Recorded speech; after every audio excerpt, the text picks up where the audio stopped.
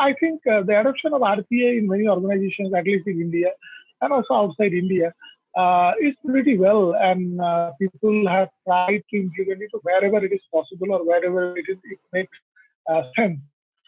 So I think RPA is also going to be like a hygiene tomorrow. So it is.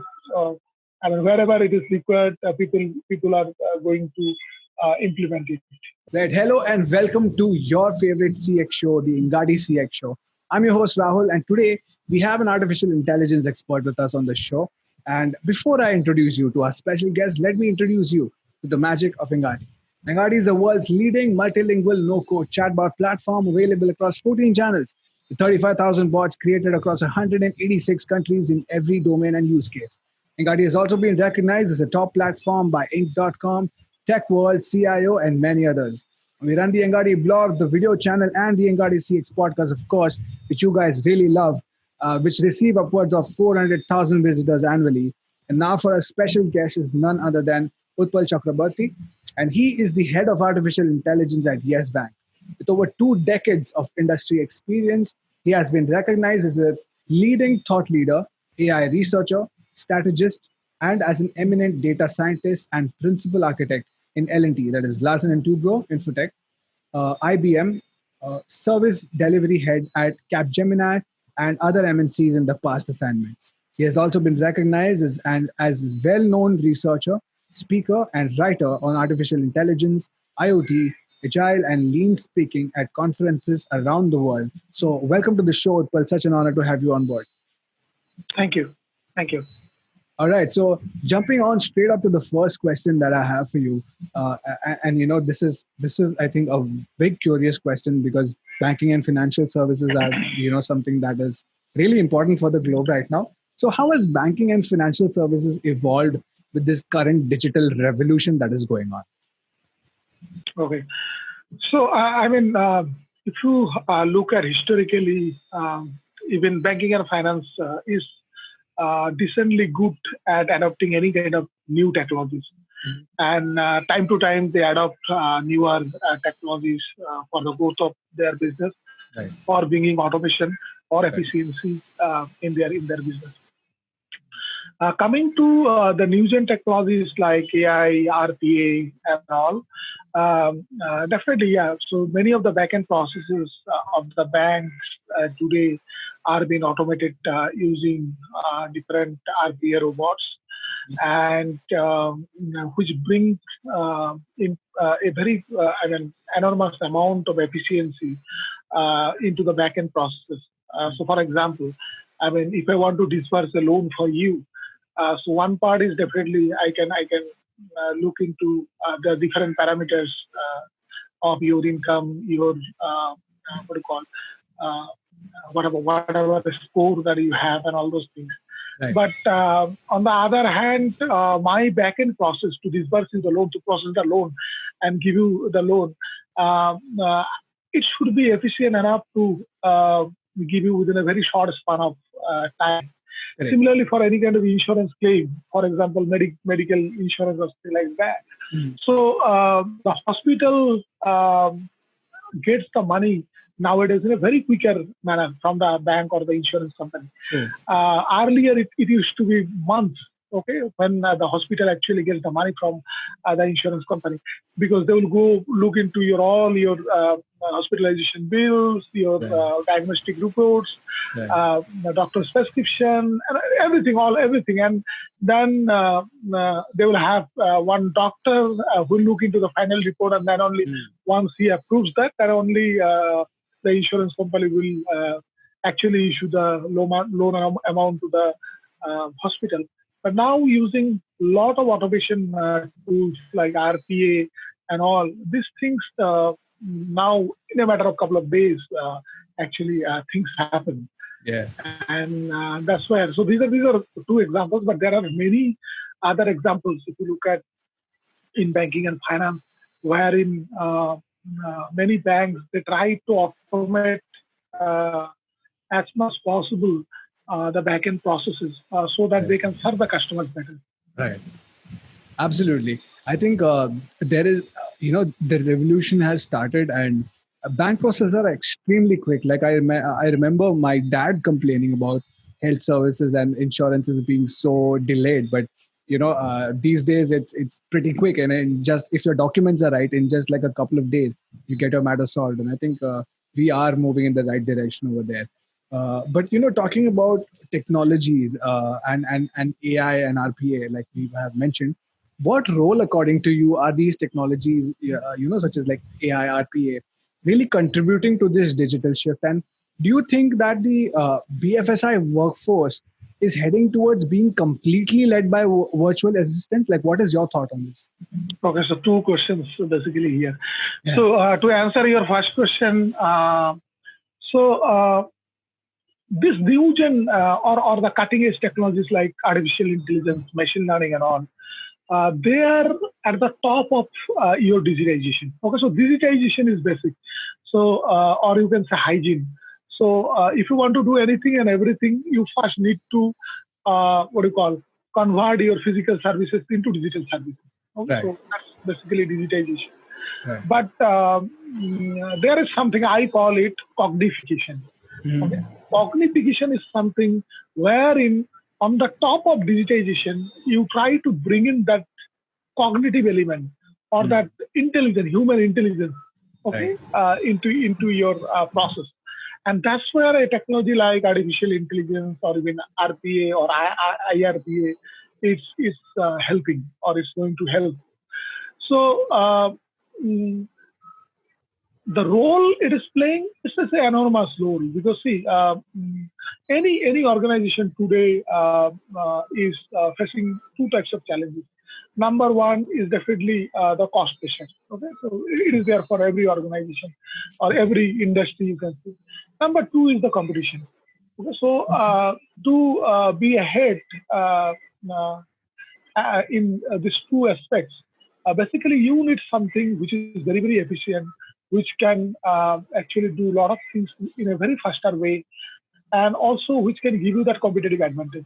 Mhm. So, in that way, RPA and artificial intelligence for any industry, it is kind of a blessing.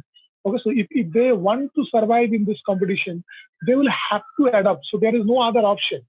Okay, so if there are cases if they want to go for a huge human force also, probably they will not be able to do things so efficiently and so fast, which you can do by implementing simple couple of robots using RPA or a couple of AI applications. Okay, and it will give you 24 by 7 services, and you can utilize it the way you want. So these are some of the necessities basically for many of the organizations today uh, to survive in this competitive world. They will have to adopt this kind of technology, and that's why every industry, you talk about any industry, they are trying to implement. Probably in some industries, the adoption rate is very, very high. Some is still not that great, but slowly and gradually it is happening.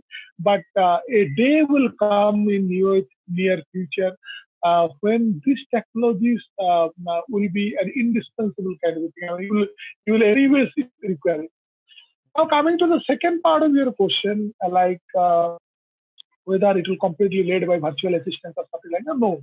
Okay, because we'll not be able to replace the human element from any of our industries or any of our business. So that human element is very much required. And probably with this kind of automation, the role that we are playing, okay, in different capacities, in different positions, in any organization, is actually shifting from one level to the other level. So it is more shifting towards human-centric kind of a role. Okay, and your mundane works or the repetitive works or routine works, those are actually been taken care by your automation tools, whether it is RPA, AI, or whatever it may be. But definitely, it is not like driven by those technologies. It is always human driven. The thing is that the humans are now being able to concentrate on more quality jobs, more what do you call the functions where actually human can contribute, okay, and giving all other mundane tasks to the machine. So that's what it is happening. Absolutely. What I love about your answer is, Utpal, is that uh, you have mentioned this point very firmly that the market will compel you to kind of adopt to the technologies. Otherwise, it's either adopt or perish, right? For example, we have so many examples in the past 6 months, industries and especially companies which were kind of hesitant to adopt automation, or maybe especially like technologies like this, like video chats and stuff. They were not really pushing work from home scenarios as well. But now if you look at it, people who are in industries and companies who are not doing that have actually no access to work or other ways. I mean, it has compelled you to kind of take that route. And another thing, to all the people in the audience who are really worried about if AI will take away your jobs, this is a good news for you. It's not going to be that way, because yeah, people are necessary. Human touch is required, because it's always going to be a balance between the human side and the automation for the right strategy to go about things. So absolutely well said over there. Talking about RPA and the mundane back-end processes, right? Like you mentioned, the same old monotonous stuff. Uh, so according to you, how has RPA really shaped the entire back-end process of banking and financial services? And how do you see it going further from here? So I think RPA has been extensively used in many organizations, including financial organizations, in the backend process. I think in some cases, to the extent it can be used, because we need to see the technological limitations also. And also where exactly it fits. It's not like that I am implementing RPA, that means I will implement everywhere. No, Correct. you need to see whether which process is actually qualifies for such kind of implementation. So that is important. So I think the adoption of RPA in many organizations, at least in India and also outside India, is pretty well, and people have tried to implement it wherever it is possible or wherever it makes sense. So I think RPA is also going to be like a hygiene tomorrow. So it is. I mean, wherever it is required, people are going to implement it. Okay. Now comes actually the age of AI, artificial intelligence, machine learning, deep learning, and all other things, and even quantum computing in a couple of years. So these are basically sits on top of your normal automation. Okay, so these are normal automation because this is the process, this is the set process, and you have got a robot, and this robot can do these steps for you. Now, there are scenarios wherein basically it is not a straightforward. The processes are not straightforward, wherein you require a little bit of intelligence or some kind of a decision making or something like that. That's where basically this AI, machine learning, and all those things are coming up. Now, in future, in couple of, in fact, it has already started, but I think it will take some time. Once quantum comes, then the quantum and AI combination is going to be a very what do you call killer combination. So not in a bad sense, but in a good sense.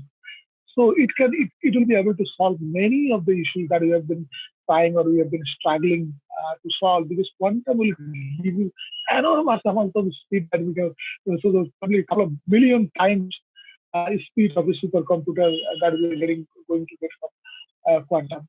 So, I mean, I'm talking about other technologies also, but RPA, yes, it is pretty well adopted and pretty well accepted by the industry, not only in India, but across the globe. Yeah, absolutely. Because I think the future is really bright. There is so many exciting technologies coming through, like you mentioned, quantum computing and the marrying of quantum with AI, and the speed that it will come through. I think there are so many different use cases that will jump in. Like I was having a conversation yesterday with one of the influencers, and he mentioned that with banking, right, they are going to make it so human centric, and that you can actually look at a fridge, and they'll have a display on it, and they'll show that your milk is low, and it will be connected to your bank account to see if you have enough funds to afford new milk packets and stuff like that, and have conversations and kind of connect with your, and then even implement e-commerce with your banking. So stuff like that, and amazing stuff coming through. Definitely agree to that. uh, and also, well, like jumping on, now that you have a wide range of experience, like I mentioned in the introduction, so with RPA also coming in, uh, according to you and the experience that you have for so many years, which industries in your opinion do you think that they need to leverage RPA, and how would it be beneficial for them? I think almost all the industries. Can't say that this is the industry that should, because it's ultimately sorry. So it's ultimately process automation, right?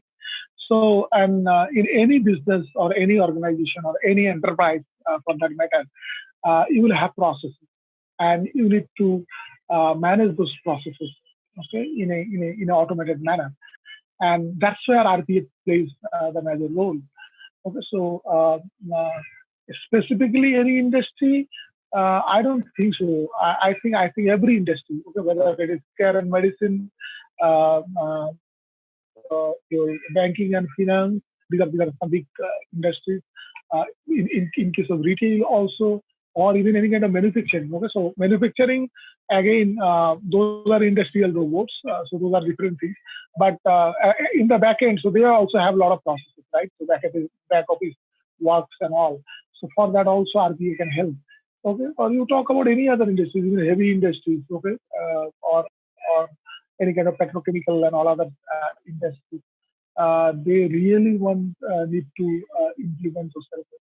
So the thumb rule is that wherever you have a huge back office, okay, and you have a huge team to handle that back office, okay, that's where you will see some opportunities where RPA can essentially play a major role, basically automating your process, automating uh, uh, many things, bringing that efficiency and bringing that actual value into your operation. Right, absolutely.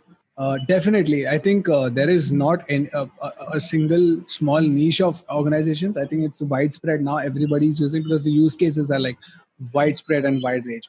So, yes, RPA is great, but Utpal, what are certain tips that you would like to provide to emerging businesses, especially startups and all these new businesses coming in that are actually looking into adopting RPA into the framework, but aren't really sure where to really start? So, what according to you, where can they start with this journey? Yeah, I think for startups and basically the small or medium enterprises, I think post COVID is going to be a golden era for many of the startups, especially the startups who are there in healthcare kind of things, or digital health kind of things. So and also the other startups also, because I mean the entire uh, political scenario all over the world is that India is at the core of focus in terms of, at least when it comes to IT and all those things. So it's a big opportunity for all of us, even the startups, that they can really start thinking of building a lot of things, building apps, building games, building different solutions using news and technologies.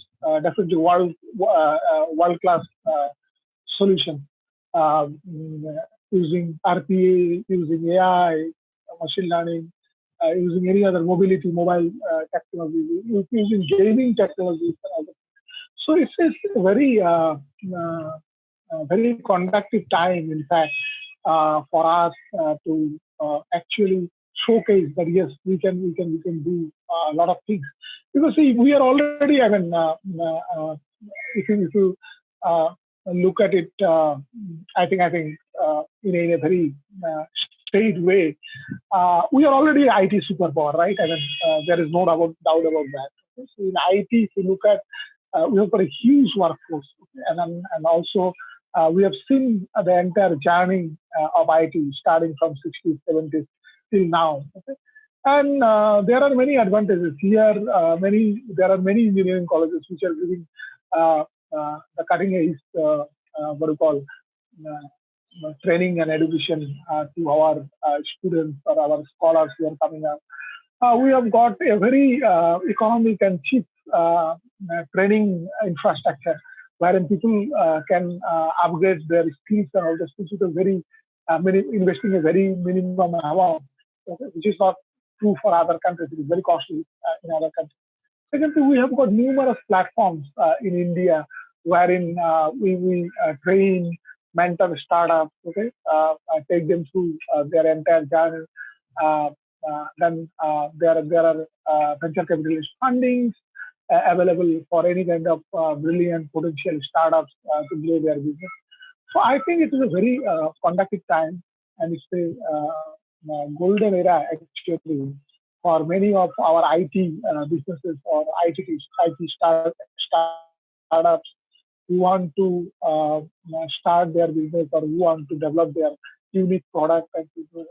And second thing, India is a huge market, right?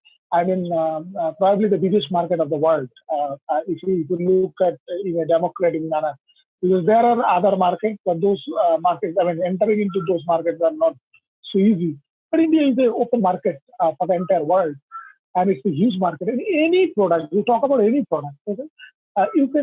It can easily absorb that product in this market. And if our startups can play well, okay, they don't even have to think of other markets. But India is the Indian market is sufficient for any kind of business to survive and to do pretty well.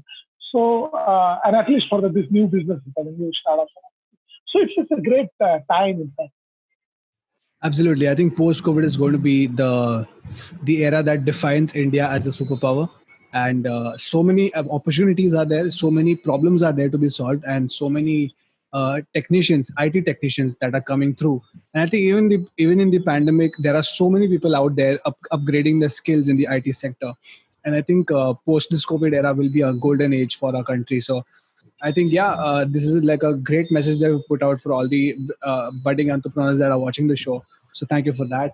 And well, this has been a great conversation, Utpal. So many fresh insights and great insights. Before we close out, are there any final thoughts or sound bites you'd like to leave our audience with? Because there's so many business owners, young business entrepreneurs that watch our show. So anything for them? Yeah, first of all, thank you very much for this kind of a platform. I think we require more and more this kind of platform wherein we can actually communicate with our young generation, our startups, our student community, in terms of talking about technology, talking about business, talking about different things. So, and thank you for inviting me into such kind of platforms. What do you call the thought that is coming in my mind is like, as I told you, like this is a great time, and let's start building our own apps, our own games, our own solutions, and our own any kind of products. Okay, and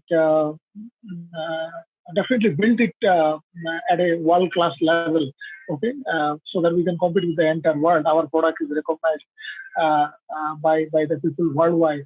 So let's put that kind of effort, and I think the great time is coming. And no doubt about it. So you ask anybody, it's not only me. So it's a very conducive time and a great time for India. Absolutely. Ladies and gentlemen, Utpal Chakraborty with a wonderful message right there. This is our time. I think this is the time where the youth has to ignite and pick up the power in your hands. And I think everything is there for you. The internet is there. All the facilities are there. And there's nothing stopping us from making our country proud. So thank you so much, Utpal, for that wonderful message you've put across, and obviously for your time, because your insights were killer and in the good sense. And I know our audience are really going to enjoy this interview. Thank you. Really appreciate that. And we'll be back with a new episode and a brand new expert soon. So stay tuned and we'll see you around for the next one.